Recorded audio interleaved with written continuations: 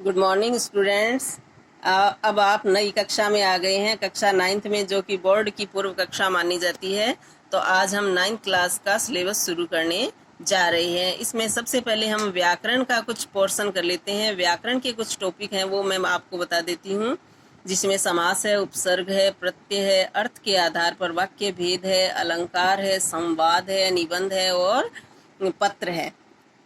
तो आज हम समास शुरू कर रहे हैं। तो समास को पढ़ने से पहले समास के अर्थ के बारे में, समास की परिभाषा के बारे में, इनके बारे में हम जान लेते हैं थोड़ा सा। तो बच्चों, समास शब्द का अर्थ होता है संक्षिप्त या छोटा करना।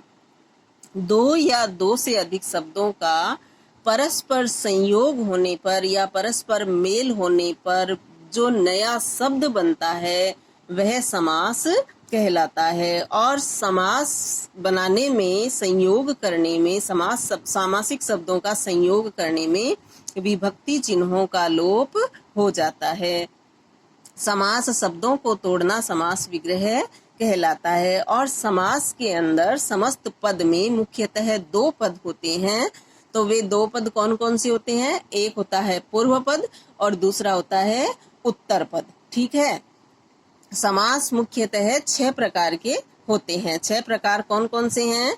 अव्ययी भाव समास, तत्पुरुष समास, कर्मधारय समास, द्विगु समास, द्वंद्व समास और बहुब्रीहि समास। देखो, समास और संधि इन दोनों में ही संयोग होता है, लेकिन थोड़ा सा अंतर है। वो क्या है कि समास शब्दों में तो शब्दों का संयोग होता है, समास बनाने के लिए शब्दों का संयोग करना पड़ता है, और संधि बनाने के लिए हमें वर्णों का संयोग करना पड़ता है। ठीक है।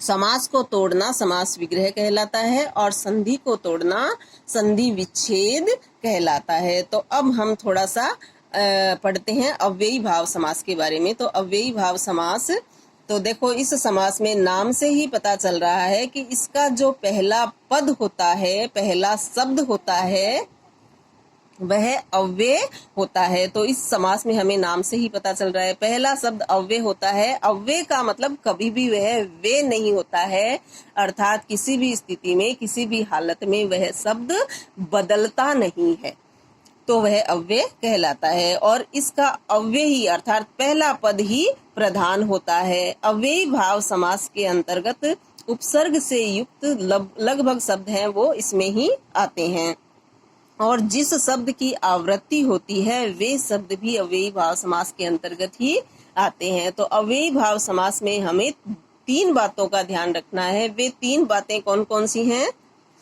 इसमें पहला पद अव्यय होता है, उपसर्ग से युक्त जितने भी शब्द होते हैं, लगभग जितने भी शब्द होते हैं, वे भी इसके अंतर्गत ही आते हैं, और जिस शब्द की आवृत्ति होती है वे शब्द भी अव्ययी भाव समास के अंतर्गत ही आते हैं। तो इसके कुछ उदाहरण देखिए, जैसे यथा विधि। यथा विधि का मतलब विधि के अनुसार। यथेष्ट, यथेष्ट में यथा जो शब्द है वह अव्यय है।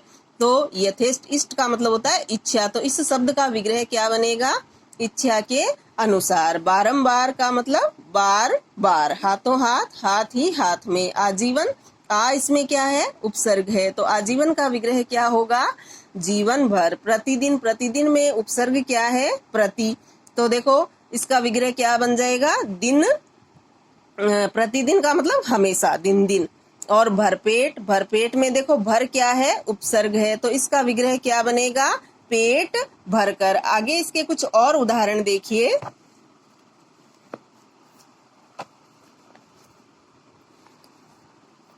आजन्म, आजन्म का मतलब जन्म से लेकर। आमरण, आ इसमें उपसर्ग है, मरण तक या मरने तक। यथाक्रम, यथा क्या है? इसमें अव्यय है।